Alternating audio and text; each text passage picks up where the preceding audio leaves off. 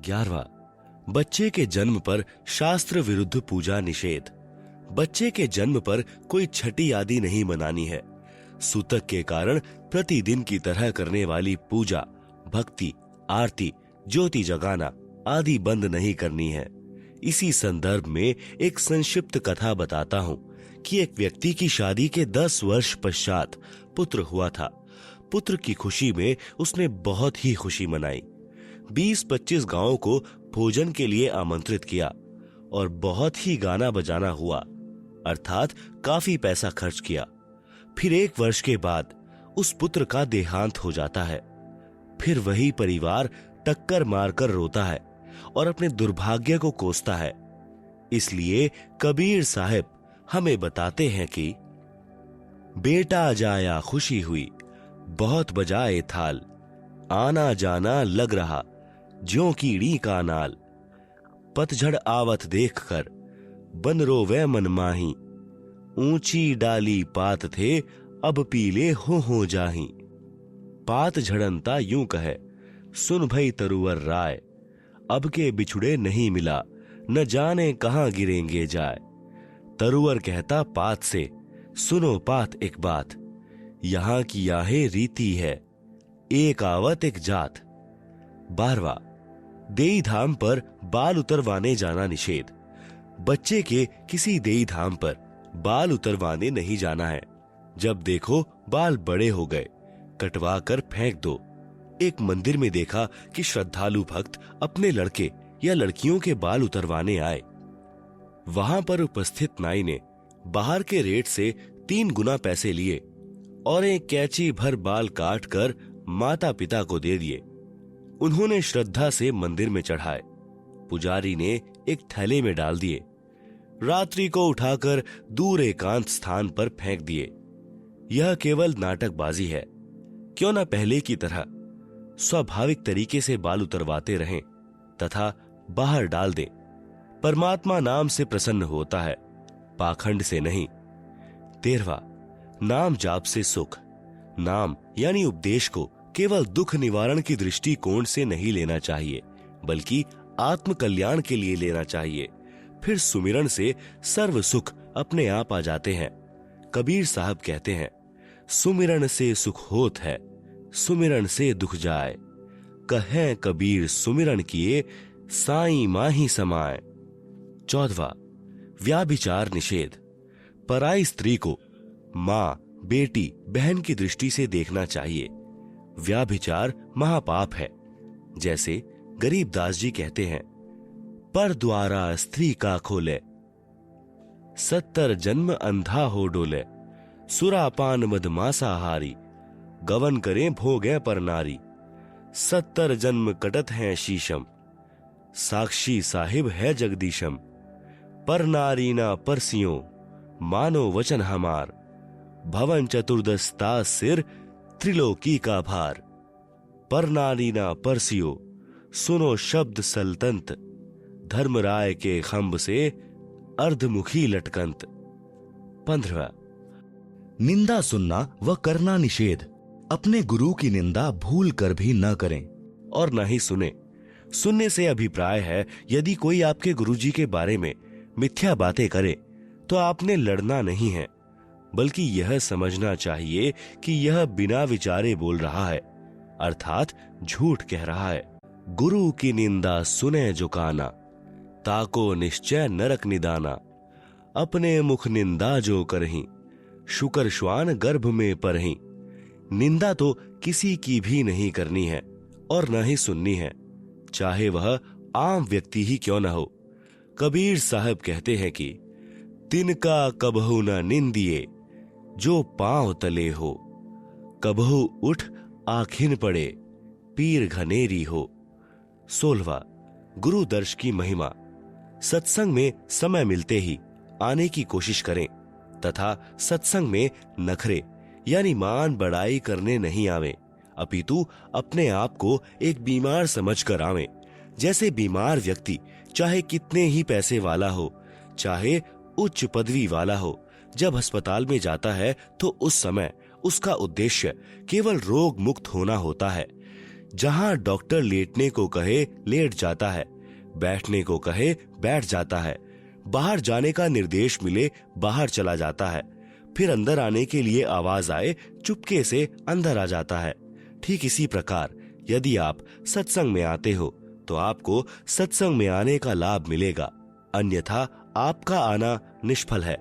सत्संग में जहां बैठने को मिल जाए वहीं बैठ जाएं, जो खाने को मिल जाए उसे परमात्मा कबीर साहिब की रजा से प्रसाद समझकर खाकर प्रसन्न चित्त रहें।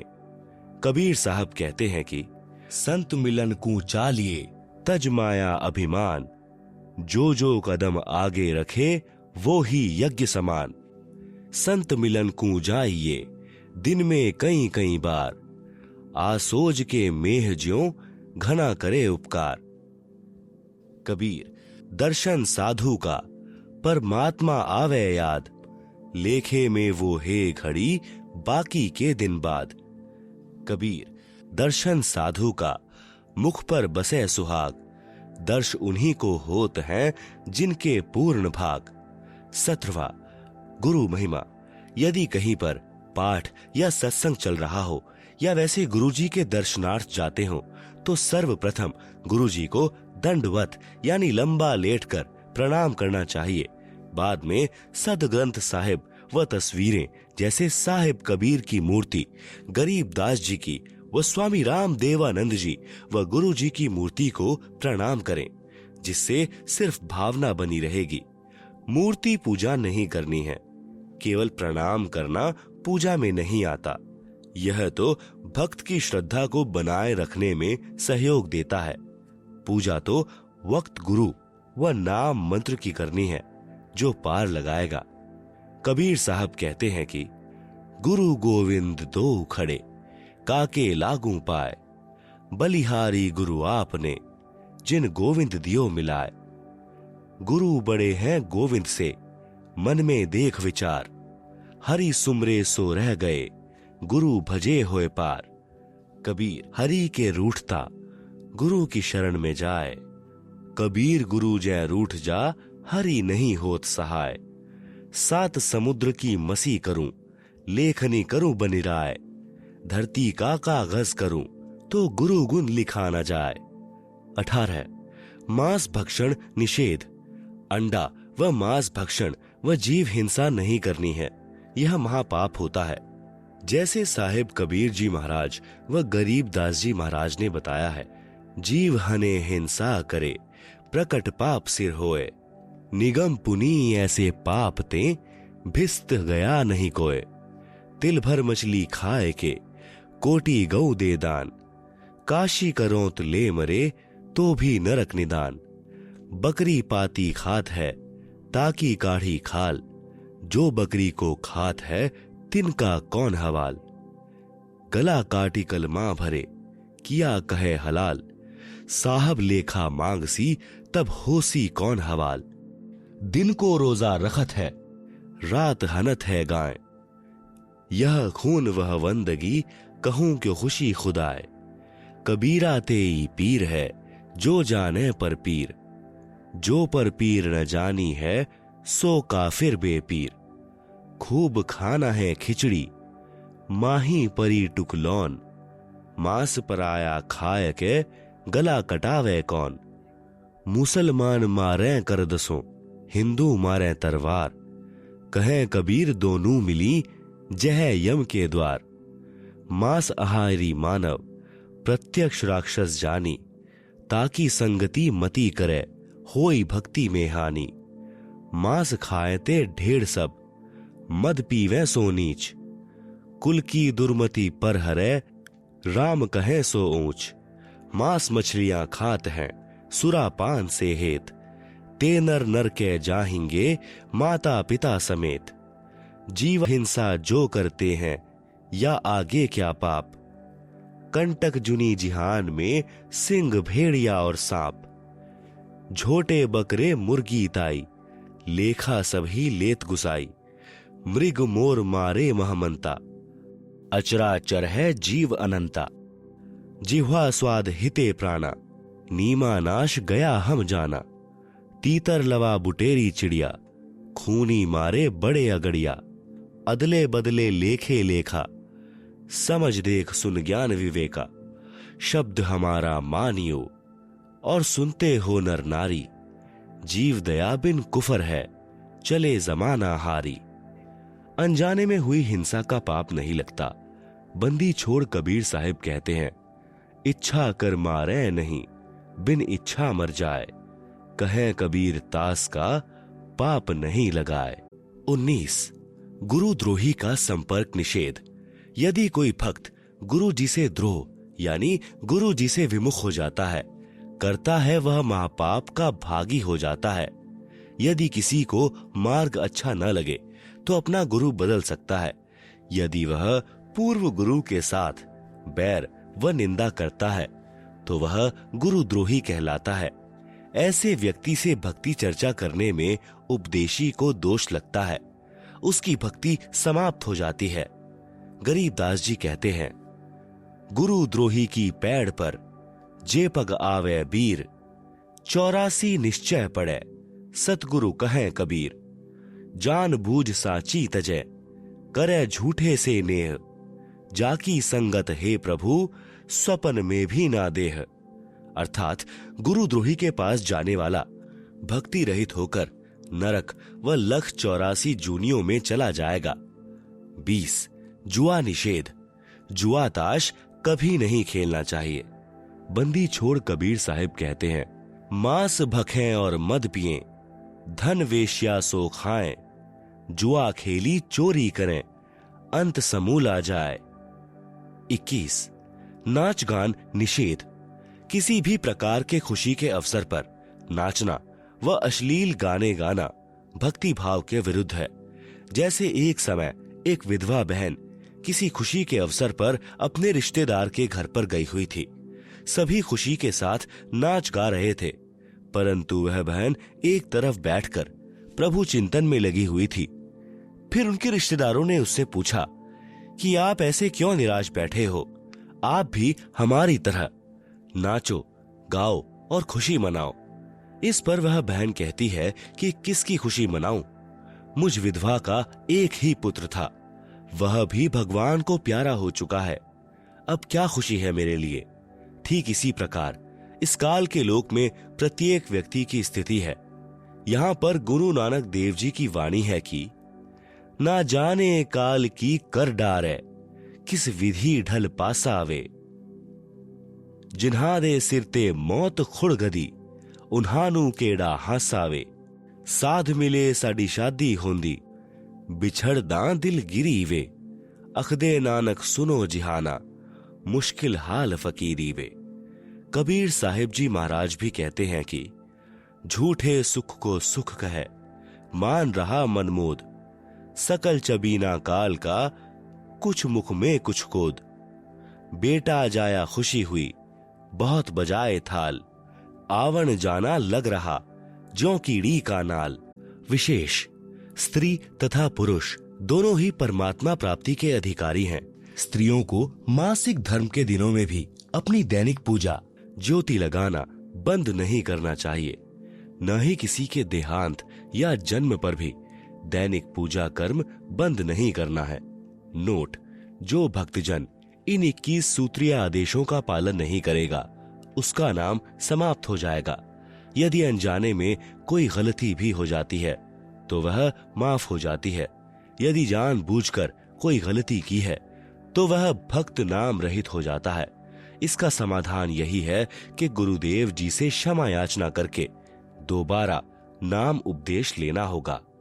लेखक संत रामपाल दास महाराज, सतलोक आश्रम, बरवाला, जिला हिसार, हरियाणा, भारत। शास्त्रानुकूल भक्ति साधना से हुए भक्तों को लाभ, गुर्दे ठीक करना व शैतान को इंसान बनाना।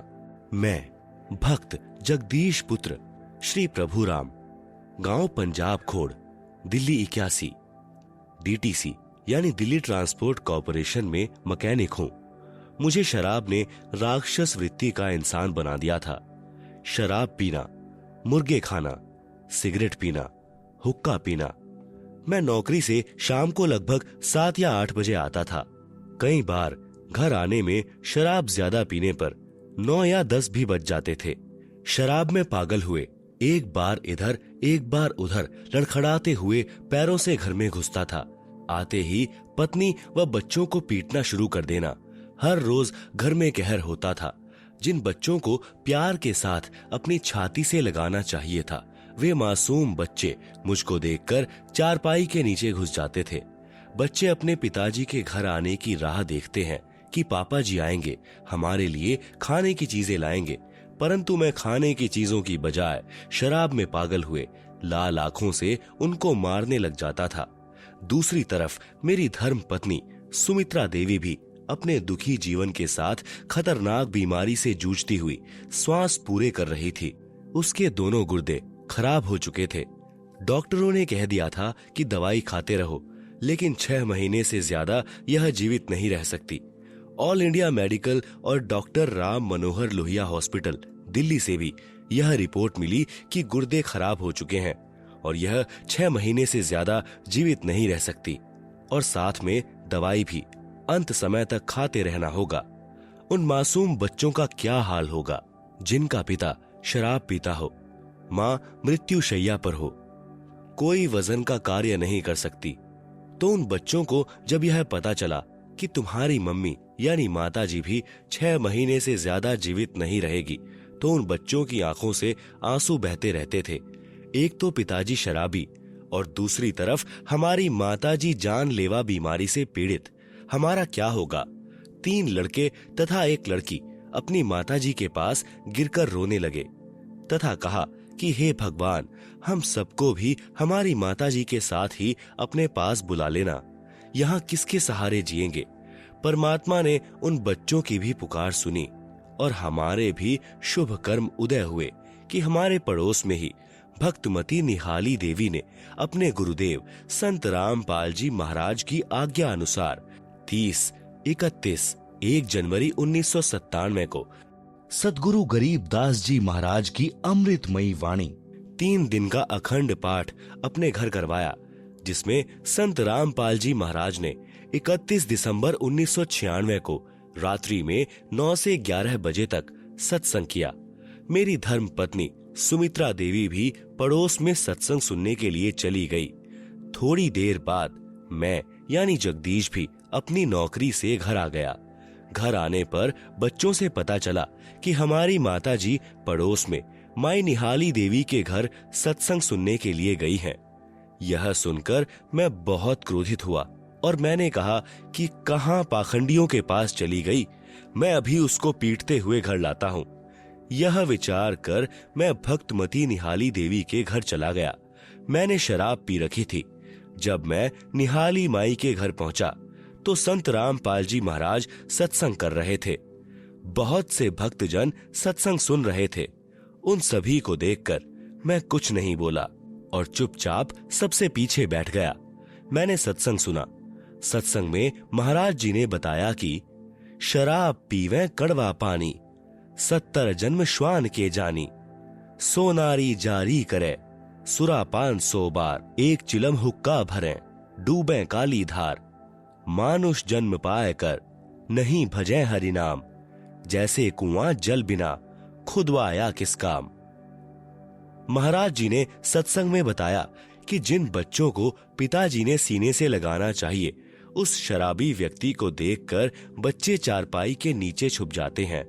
शराबी व्यक्ति आप भी दुखी, धन हानि, समाज में इज्जत समाप्त तथा परिवार तथा पड़ोस व रिश्तेदारों तक को परेशान करके बद्दुआएं प्राप्त करता है। जैसे शराबी की पत्नी व बच्चे तो कहर का शिकार होते ही हैं, परंतु पत्नी के माता पिता, भाई बहन आदि भी दिन रात चिंतित रहते हैं। सर्व पाप का भार उस नादान शराबी के सिर पर आता है।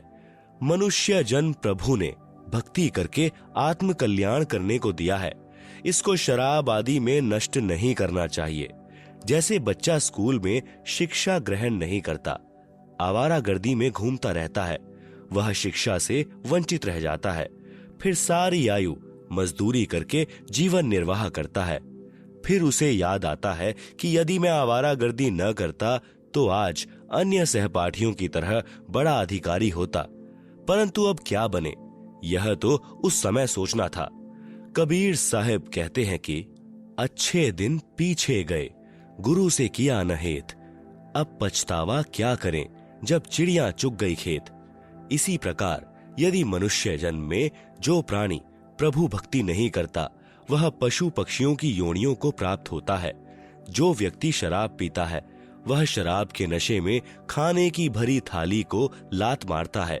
भक्ति न करने से भिन्न भिन्न प्राणियों की योनियों में कष्ट उठाता है। कभी वह कुत्ते की योनि धारण करता है। कुत्ता सारी रात सर्दी में भी गली में रहता है, ऊपर से वर्षा तथा सर्दियों की रात्रि में महा कष्ट उठाता है। सुबह भूख सताती है, किसी घर की रसोई में घुसने की चेष्टा करता है। घर वाले डंडा या पत्थर मारते हैं। कुत्ता बहुत देर तक चिल्लाता रहता है, फिर अन्य घर में घुसता है। वहां न जाने रोटी मिलेगी या सोटी यानी डंडा। यदि वहां भी डंडा नसीब में हुआ तो वह शराबी जो अब कुत्ता बना है गांव के बाहर जाता है। भूख से व्याकुल हुआ मनुष्यों का मल खाता है। यदि वह नादान प्राणी जब मनुष्य शरीर में था सत्संग में आता, अच्छे विचार सुनता, बुराई त्याग कर अपना कल्याण करवाता तथा बच्चों को अच्छी शिक्षा तथा प्रभु की दीक्षा प्रदान करवाता, सदा सुखी हो जाता। शराब का नशा कुछ समय रहता है, परमात्मा के नाम भजन से हुए सुख का आनंद सदा साथ रहता है। उपरोक्त सत्संग आदरणीय संत रामपाल जी महाराज का सुनकर मेरी शराब छू मंत्र हो गई। आंखों से आंसू बह चले। घर चला गया, नींद नहीं आई। 1 जनवरी 1997 को दोपहर 1:30 बजे अपनी पत्नी को साथ लेकर संत रामपाल जी महाराज के पास गया। उनसे आत्म कल्याण के लिए उपदेश प्राप्त किया। उसके बाद आज 2005 तक शराब, तंबाकू तथा मांस छुआ भी नहीं। मेरी पत्नी ने भी सद्गुरु रामपाल जी से उपदेश लिया। उस दिन के बाद वह बिल्कुल स्वस्थ है। डॉक्टरों के इलाज तथा बीमारी की एक्सरे आदि की रिपोर्ट आज भी हमारे घर रखी है। जन जन को दिखाते हैं। संत रूप में आए परमेश्वर के संदेश वाहक संत रामपाल को पहचानो। मुफ्त नाम उपदेश प्राप्त करके कृपया अपना कल्याण करवाएं। भक्त जगदीश दास। 11,000 वोल्टेज के तार से छुड़वाना। मैं भक्त सुरेश दास, पुत्र श्री चांद राम, निवासी गांव धनाना, जिला सोनीपत, जो कि फिलहाल शास्त्री नगर, रोहतक, हरियाणा का निवासी हूं। सद्गुरु जी से नाम उपदेश लेने से पहले मेरे घर की आर्थिक स्थिति बहुत कमजोर थी। परिवार का कोई भी ऐसा सदस्य नहीं था जो कि कभी बीमार न रहता हो। मेरी पत्नी को भूत प्रेत बहुत ही ज्यादा परेशान करते थे। इतना कष्ट रहने के बावजूद हम देवी देवताओं की बहुत पूजा करते थे तथा मेरी हनुमान जी में बहुत ज्यादा आस्था थी। लेकिन घर में संकट पर संकट आते जा रहे थे। किसी भी काम में बरकत नहीं हो रही थी। पूर्ण परमात्मा सद्गुरु रामपाल जी महाराज जी मेरे परिवार के होने के कारण हम उनको पूर्ण परमात्मा नहीं मान पाए, जिसका खामियाजा हमें कई वर्षों तक झेलना पड़ा। तभी गांव सिंहपुरा निवासी भक्त विकास ने मुझे बताया कि आपके घर में पूर्ण परमात्मा जगत गुरु रामपाल जी महाराज आए हुए हैं और आप कहां सोए पड़े हो। तो मैंने कहा कि काल ने हमें कष्ट ही इतना दे रखा है कि हमें वहां के बारे में जानने का टाइम ही नहीं मिला। सारा समय डॉक्टरों के चक्कर काटने में चला जाता है। ऊपर से आर्थिक तंगी भी बहुत रहती है। उस भक्त ने मुझे काफी समझाया। पूर्ण परमात्मा की ऐसी दया हुई कि मैं संत रामपाल जी महाराज से नाम उपदेश लेने के लिए अक्टूबर 2010 में सतलोक आश्रम बरवाला में पहुंचा। नाम उपदेश लेने के बाद सद्गुरु जी ने अपना दया का पिटारा खोल दिया और मुझे वो सुख अनुभव होने लगे जिनका वर्णन इस जुबान से कर पाना बहुत मुश्किल है। मेरी पत्नी को भूत प्रेत सता रहे थे। सद्गुरु देव जी की दया से अब वह पूर्ण रूप से ठीक है। 7 सितंबर 2011 को मेरा लड़का मोहित, उम्र 12 साल, जो कि मेरे कहने पर मिस्त्री को बुलाने के लिए गया था। मेरा लड़का मिस्त्री के मकान की छत पर चढ़ गया। तथा छज्जे पर चला गया। छज्जे के साथ ऊपर 11,000 वोल्टेज के बिजली के तार थे। लड़के तथा तारों के बीच में केवल 1 फीट की दूरी थी। जब वह उनके नजदीक गया तो तारों ने लड़के को खींच लिया और लड़के के सिर पर तार चिपक गया तथा 1 इंच गहरा घुस गया। वह मुंह जल गया और बिजली सारे शरीर में प्रवेश करके पैर के अंगूठे की हड्डी को तोड़कर निकलने लगी। उसी समय सद्गुरु रामपाल जी महाराज आकाश मार्ग से आए तथा मेरे लड़के को बहुत ही चमकदार यानी तेजोमय शरीर सहित दिखाई दिए, जैसे हजारों ट्यूबों का प्रकाश हो रहा हो। उन्होंने लड़के का हाथ पकड़कर बिजली से छुड़ाकर छज्जे पर लिटा दिया। फिर लड़के की सद्गुरु जी से बहुत बातें हुई तथा जब सद्गुरु जी जाने लगे तो लड़के ने पूछा कि गुरु जी कहाँ जा रहे हो? तो गुरु जी ने कहा कि बेटा मैं तेरे साथ हूँ, तू घबरा मत। उस समय मेरे लड़के मोहित की माताजी भी वहीं पर थी। उसने यह दृश्य अपनी आंखों देखा तथा वह बहुत घबरा गई, क्योंकि लड़के के शरीर से बिजली के लपटें निकल रही थी। उसके बाद हम लड़के को पीजीआई रोहतक हॉस्पिटल में लेकर गए। वहां पर भी लड़के को गुरुजी दिखाई दिए। वह मेरे लड़के ने कहा कि गुरुजी मेरे साथ हैं, आप घबराओ मत। यदि आज हम गुरुजी की शरण में नहीं होते तो हमारा लड़का आज जिंदा नहीं होता तथा मेरी पत्नी को भी प्रेत मार डालते। हम उजड़ने से बच गए। यह सद्गुरु रामपाल जी महाराज की ही दया है। सर्व पाठकों से प्रार्थना है कि मेरी सत्य कथा को पढ़कर आप जी भी सद्गुरु रामपाल जी महाराज जी की शरण में आकर अपना समय रहते कल्याण कराएं तथा प्रारंभ में लिखे कर्मों के कारण जो घटनाएं घटनी होती हैं उनसे पूर्ण रूप से बचोगे।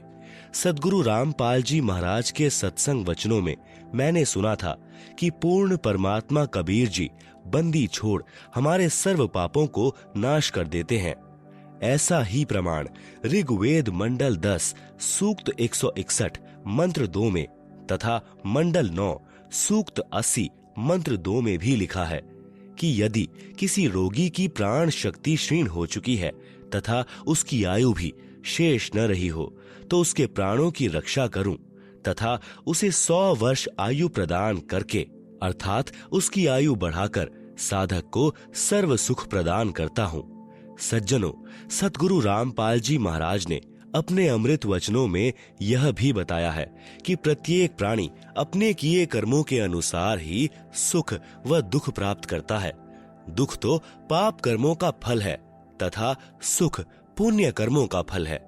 अभी तक सर्व संत, आचार्य, गुरु यही कहते रहे हैं कि जो प्रारब्ध कर्म का भोग है वह तो प्राणी को भोग कर ही समाप्त करना होगा। हे सभ्य पाठकों, सद्गुरु रामपाल जी महाराज कहते हैं कि पाप कर्म से दुख होता है। यदि पाप कर्मों का नाश हो जाए तो दुख का स्वतः अंत हो जाता है। यदि भक्ति करते करते भी पाप कर्म का फल यानी दुख भोगना ही पड़े तो भक्ति की आवश्यकता ही समाप्त हो जाती है। 7 सितंबर 2011 को हमारे प्रारब्ध कर्म के पाप के कारण मेरे पुत्र मोहित की मृत्यु होनी थी। हमारे सद्गुरु रामपाल जी महाराज जी की कृपा से परम पूज्य कबीर परमेश्वर जी ने हमारे पाप का नाश कर दिया तथा मेरे बच्चे की जीवन रक्षा करके आयु बढ़ा दी। यदि 7 सितंबर 2011 को प्रारब्ध कर्म के फल स्वरूप मेरा बेटा मर जाता तो हम सर्व परिवार के सदस्य भक्ति त्याग देते तथा नास्तिक हो जाते, क्योंकि हमें उस समय परमात्मा का पूर्ण ज्ञान नहीं था। अब भगवान पर अत्यधिक विश्वास हो गया है। यह भी विश्वास हो गया कि परम पूज्य कबीर जी ही परमेश्वर हैं। ये पाप नाशक, सर्व सुखदायक व पूर्ण मोक्षदायक हैं तथा सद्गुरु रामपाल जी महाराज उन्हीं के भेजे उनके अवतार आए हैं। अतः आप जी से पुनः प्रार्थना है कि अविलंब सतलोक आश्रम बरवाला में पहुंचे तथा उपदेश लेकर कल्याण कराएं। आप जी से प्रार्थना करने का मेरा उद्देश्य यह है कि मेरे जैसे दुखिया बहुत हैं। मेरी उपरोक्त आत्मकथा को पढ़कर विचार करके वे भी मेरे की तरह संकटों का निवारण करा सकेंगे तथा सुखी हो सकेंगे। यह संसार समझदा नाही, कहंदा शाम दोपहरे नू, गरीब दास यह वक्त जात है, रोवोगे इस पहरे नू। भक्त सुरेश दास, पुत्र श्री चांदराम, शास्त्री नगर, रोहतक। मोबाइल नंबर भक्त दीपक दास के परिवार की आत्मकथा। बंदी छोड़ सद्गुरु रामपाल जी महाराज जी की दया। मुझ दास का नाम दीपक दास, पुत्र श्री बलजीत सिंह, गांव महलाना, जिला सोनीपत है। हम 3 पीढ़ियों से राधा स्वामी पंथ डेरा बाबा जयमल सिंह से नाम उपदेशी थे। सबसे पहले मेरी दादी जी की माता जी यानी मेरे पिताजी की नानी जी ने राधा स्वामी पंथ से नाम उपदेश ले रखा था। उसके बाद मेरे दादा दादी जी और फिर मेरे माता पिताजी ने भी राधा स्वामी पंथ के संत गुरविंद्र सिंह जी से नाम लिया हुआ था। हम भी गुरविंद्र जी महाराज को पूर्ण पुरुष मानते थे तथा इस पंथ में पूर्ण श्रद्धा यह सोचकर रखते थे कि यह संसार में प्रभु प्राप्ति का श्रेष्ठ पंथ है और उनके विशाल डेरे और विशाल संगत समूह को देखकर विशेष आकर्षित थे और सेवा करने के लिए डेरा बाबा जयमल सिंह व्यास यानी पंजाब में तथा छतरपुर पूसा रोड दिल्ली भी जाते रहते थे। लेकिन इस पंथ में उम्र विशेष में नाम दिया जाता है, इसलिए अभी मैं इस पात्रता के लिए अयोग्य था। मेरे माता पिता जिस दिन छतरपुर से नाम लेने के लिए गए हुए थे, उसी दिन मेरे छोटे भाई उम्र 5 के हाथ से पड़ोस के एक बच्चे की आंख में कोई वस्तु अनजाने में लग गई। जब शाम को नाम उपदेश लेकर मेरे माता पिता वापस आए, उसी दिन से हमारा व हमारे पड़ोसियों का वैर हो गया कि आपके बेटे ने हमारे बेटे की आंख में जानबूझकर चोट मारी है, और उसी दिन से हमारे ऊपर दुखों का पहाड़ टूट पड़ा। उसी दौरान मेरे दादाजी का बीमारी के कारण देहांत हो गया। जब मेरे दादाजी का पार्थिव शरीर दूसरे कमरे में रखा हुआ था, तो उस समय मेरी दादी जी, जिनका देहांत हुए 12 वर्ष हो चुके थे, मेरी बुआ प्रेमवती में प्रेत की तरह प्रवेश करके बोली। मेरी दादी ने भी राधा स्वामी पंथ से प्राप्त 5 नामों की बहुत ज्यादा साधना कर रखी थी। वे नियमित रूप से 3 बजे ही व दिन में भी भजन व सुमरन करने के लिए बैठ जाती थी और घंटों राधा स्वामी पंथ के बताए नामों का जाप व अभ्यास किया करती थी कि आज तुम्हारे दादाजी का जीवन संस्कार समाप्त हो गया, इसलिए मैं तुम्हें संभालने आई हूँ। मेरी दादी जी को जीवित अवस्था में सांस की बीमारी के कारण खांसी रहती थी। वे 12 साल के बाद भी ज्यों की त्यों ही खांस रही थी। तब हमने पूछा कि दादी जी, आप तो बहुत दुखी दिखाई दे रही हो, क्या आप सतलोक नहीं गई? तब मेरी दादी ने कहा कि बेटा, मैंने गलत साधना करने के कारण अपना अनमोल मनुष्य जीवन व्यर्थ कर दिया और अब मृत्यु के पश्चात भूत योनि में कष्ट उठा रही हूँ। मैं कहीं सतलोक में नहीं गई। मेरी माता जी ने आश्चर्य के साथ पूछा कि माँ, क्या आपको आपके गुरु चरण सिंह जी महाराज ने नहीं संभाला? तब मेरी दादी जी ने अत्यंत दुख के साथ कहा कि उन्होंने मेरी कोई संभाल नहीं की और मैं आज भी ऐसे ही दुखी हो रही हूँ। उस घटना के 2 साल बाद एक दिन मेरी दूसरी बुआ कमला देवी के अंदर मेरे दादाजी प्रेतवत प्रवेश करके बोले और कहा कि मैं तो बहुत दुखी हूँ तथा मेरी कोई गति नहीं हुई, मैं नहाना चाहता हूँ। यह सुनकर मेरी माताजी ने दुख व आश्चर्य से कहा कि आप तो सतलोक में गए थे, क्या वहां पर नहाने के लिए पानी भी नहीं है? लेकिन दादाजी ने कोई जवाब नहीं दिया। फिर मेरी माताजी मेरे दादाजी यानी जो मेरी बुआ कमला देवी में प्रेतवत प्रवेश थे को नहलाने लगी, तो वह कहने लगे कि बेटी, मैं अपने आप नहा लूंगा। तो मेरी माताजी ने दादाजी को, हालांकि वह मेरी बुआ जी में प्रवेश थे, इसलिए बुआ वाले कपड़े ही पहना दिए। तो मेरे दादाजी बोले, बस बेटी, मेरी धोती ले आओ, मैं बांध लूंगा। मेरी माताजी ने ऐसे ही एक चद्दर पकड़ा दी, जो उन्होंने कपड़ों के ऊपर से ही लपेट ली। फिर कहा कि मेरे लिए चाय बनाओ और जल्दी जल्दी में ही चाय पी ली। मैंने पूछा कि दादाजी, आप सतलोक नहीं गए? तो उन्होंने कहा कि बेटा, मैं तो बहुत कष्ट में हूँ। मेरी माताजी ने फिर पूछा कि आप तो राधा स्वामी हजूर चरण सिंह जी महाराज से नाम उपदेशी थे, भक्ति भी करते थे, क्या उन्होंने आपकी कोई संभाल नहीं की?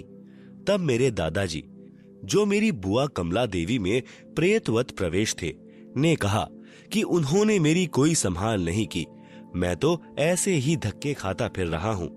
उसी दौरान मेरी आंखें भी इतनी कमजोर हो गई थी कि मुझे कम दिखाई देने लग गया था और चश्मा बार बार बदलवाना पड़ा था। मैं एक दोस्त के साथ पढ़ने के लिए उसके पास जाता था।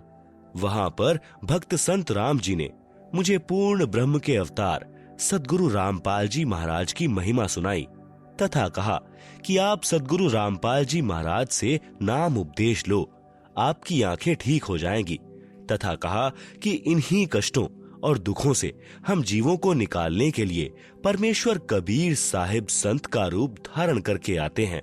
मैंने कहा कि मेरे माता पिताजी ने राधा स्वामी पंथ से नाम उपदेश ले रखा है।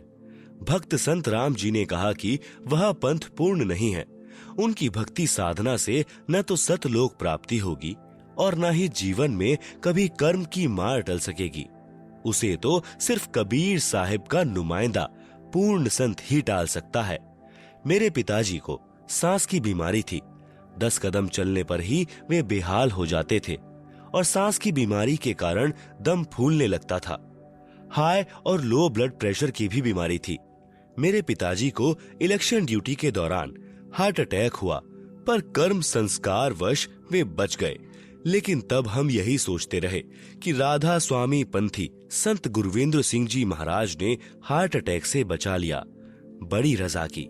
लेकिन उसके बाद तो हमने सर्दियों की एक एक रात में अपने पिताजी का एक एक सांस टूटते देखा है। बिल्कुल मृत प्राय हो जाते थे और सिवाय बैठकर रोने के हम कुछ नहीं कर पाते थे, क्योंकि दवाइयों का भी आखिर आ चुका था। डॉक्टर जितनी ज्यादा से ज्यादा डोज दवाई की बढ़ा सकते थे बढ़ा चुके थे, इससे ज्यादा वे खुराक को नहीं बढ़ा सकते थे।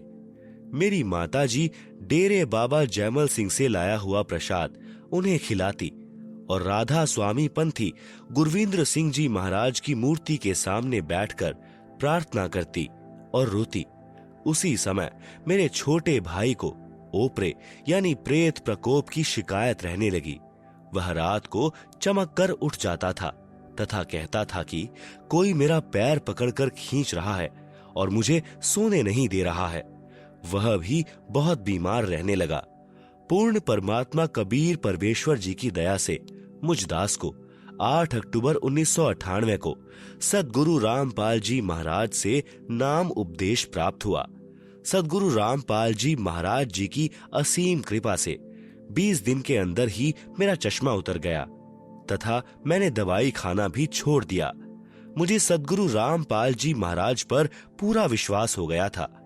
भक्त संत राम जी ने घर पर आकर मेरे माता पिताजी को भी समझाया कि आप पूर्ण परमात्मा कबीर साहिब के नुमाइंदे पूर्ण संत रामपाल जी महाराज से नाम उपदेश लो, आपके सर्व कष्टों का निवारण हो जाएगा।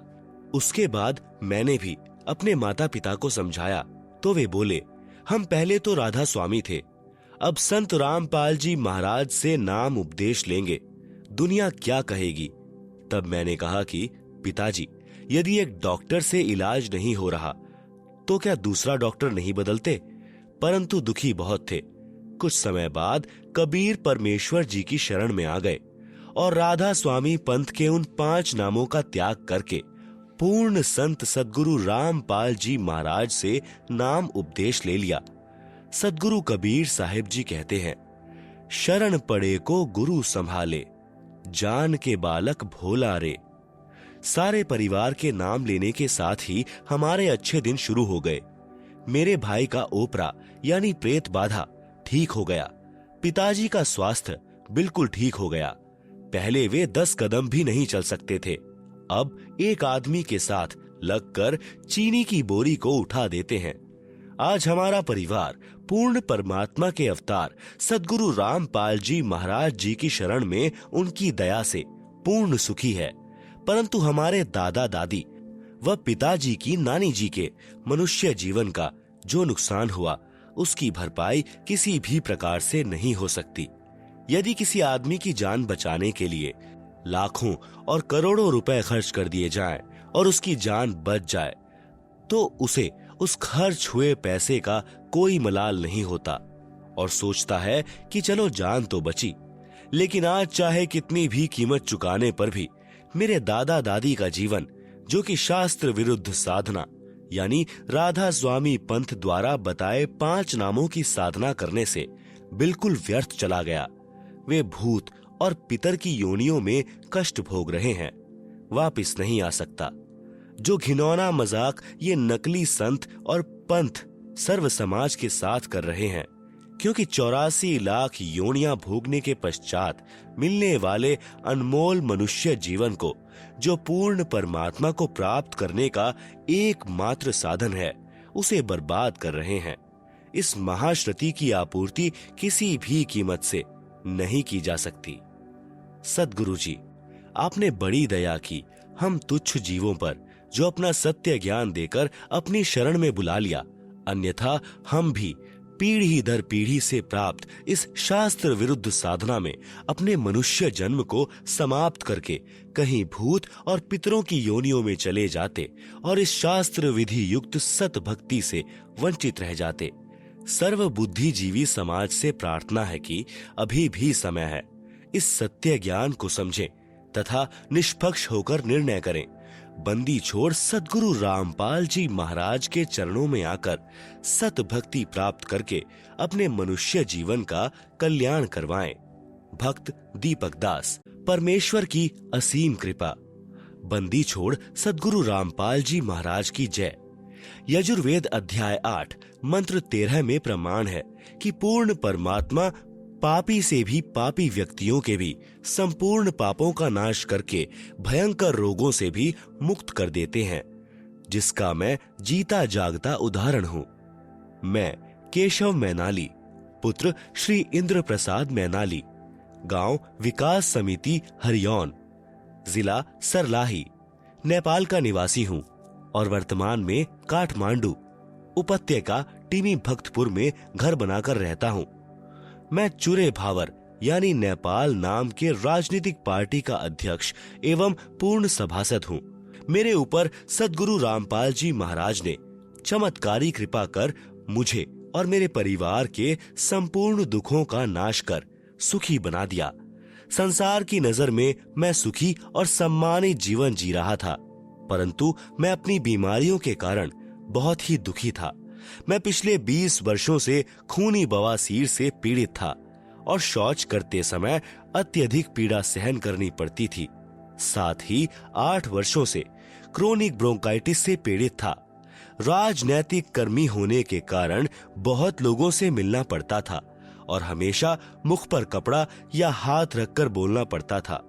मैंने अपने रोगों के इलाज के लिए अच्छे से अच्छे डॉक्टरों को दिखाया, परंतु कोई फायदा नहीं हुआ। जबकि मैंने धर्म के नाम पर अज्ञानी संतों के चक्कर में पड़कर अपने जीवन के 62 वर्ष बर्बाद कर चुका था। मुझे यह बातें सद्गुरु रामपाल जी महाराज जी से नाम उपदेश लेने के बाद पता चला। नेपाल संसद का सभासद होने के कारण सरकारी खर्चों पर मैं संसार के किसी भी डॉक्टर से अपने रोग का इलाज करवा सकता था, परंतु नेपाल के मेडिकल बोर्ड ने इसके लिए सिफारिश नहीं की, क्योंकि उनके अनुसार मेरा रोग लाइलाज था और कोई भी डॉक्टर मुझे ठीक नहीं कर सकता। अब तो मुझे लगता था कि जीवन पर्यंत दुख भोगना पड़ेगा और हमेशा दवा खाते रहना पड़ेगा। एक दिन मैं शोक मग्न बैठा था। मुझे मेरे मित्र भक्त भोला दास, जो कई वर्षों से सद्गुरु रामपाल जी महाराज का शिष्य था, मेरे दुखों को सुनकर सद्गुरु जी से उपदेश लेने पर आपके दुखों का अवश्य नाश होगा, यह कहकर विश्वास दिलाने लगा। मैं तथा कथित बड़े बड़े संतों की संगत करके थक चुका था। उस मित्र की वाणी मेरे लिए अंधेरे में दीपक के प्रकाश के समान मेरे मन को छू गई। मैं तीसरे दिन ही सतलोक आश्रम, चंडीगढ़ रोड, बरवाला, जिला हिसार, हरियाणा के लिए चल दिया तथा अपनी पत्नी को भी लिया, क्योंकि घुटने की हड्डी घिस जाने के कारण वह भी बहुत परेशान थी और उसकी आंखों में जल बिंदु नामक एक लाइलाज रोग था तथा अपने छोटे पुत्र की पत्नी को भी साथ में ले लिया। मुझे रास्ते में नेपाल के कई भक्तजन मिल गए जो सतलोक आश्रम में जा रहे थे। इस प्रकार मैं बिना कोई परेशानी सतलोक आश्रम आ गया। मैं संतों व महंतों के स्वार्थ से परिचित था तथा सद्गुरु रामपाल जी महाराज का कोई पुस्तक व प्रवचन नहीं सुना था। किसी के कहने मात्र से आ गया था, अतः आते ही नाम उपदेश लेने के लिए तैयार नहीं था। मेरा सौभाग्य ही था कि मेरा आना ही सत्संग समागम के समय हुआ और मुझे सद्गुरु देव का सत्संग सुनने को मिला, जिसमें मुझे पता चला कि इस संसार के सभी धर्मगुरु, सभी पंडित, सभी पुरोहित अपने निजी स्वार्थ के लिए धर्म के नाम पर लोगों को काल जाल में फंसाकर हम भोली भाली आत्माओं को नरक भेजने का प्रपंच रच रहे हैं। वे न तो कभी परमेश्वर से मिले हैं और न ही उन्हें परमेश्वर की सत्य भक्ति का ज्ञान है, और यह काम वे चंद रुपयों तथा समाज में सम्मान पाने मात्र के लिए कर रहे हैं। परंतु मैं फिर भी नाम उपदेश लेने के लिए तैयार नहीं हुआ। लेकिन मेरी पत्नी तुरंत नाम दान के लिए तैयार थी, क्योंकि नाम दान के लिए बिना गुरु दर्शन तथा गुरु का आशीर्वाद मिलना संभव नहीं था। यह शायद मुझ पर राजनीति का ही रंग शेष था, जो मैं किसी का विश्वास नहीं करता था। फिर भी आपस में सलाह मशवरा करके हम तीनों ने नाम उपदेश तारीख 2 मई 2012 को लिया। गुरुजी के दर्शन के लिए गया।